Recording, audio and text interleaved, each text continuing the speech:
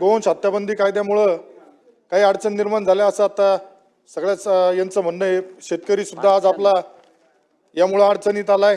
हा विषय माझ्या संगमनेर मतदारसंघातलाच आहे।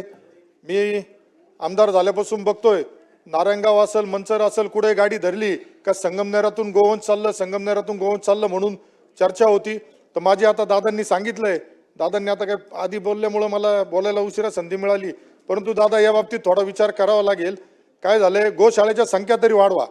आज संगमनेर सारख्या ठिकाणी एक गोशाळा आहे, पांजरपोळी एक आहे तिथं एवढे जनावर येत आहे का त्यामुळे आज हे शेतकरी संघटना सुद्धा काही पुढे येऊन शेतकरी सुद्धा नाराज होतोय। तर भविष्यात हा प्रश्न उद्भवणार नाही यासाठी गोशाळांची संख्या जर वाढवली आणि उद्या ज्या पद्धतीने राजस्थानमध्ये गोऱ्यांचं याच्यावर नियंत्रण येत आहे तसं आपल्याकडे महाराष्ट्रामध्ये काही करता आलं तर बघा याच्यातून काय होतंय। ठीक आहे, प्रश्न घ्या अध्यक्ष महोदय, याच्यामध्ये विनाकारण काही संघटनांचं नाव घेऊन त्यांना बदनाम करण्याचा भी प्रयत्न होतोय।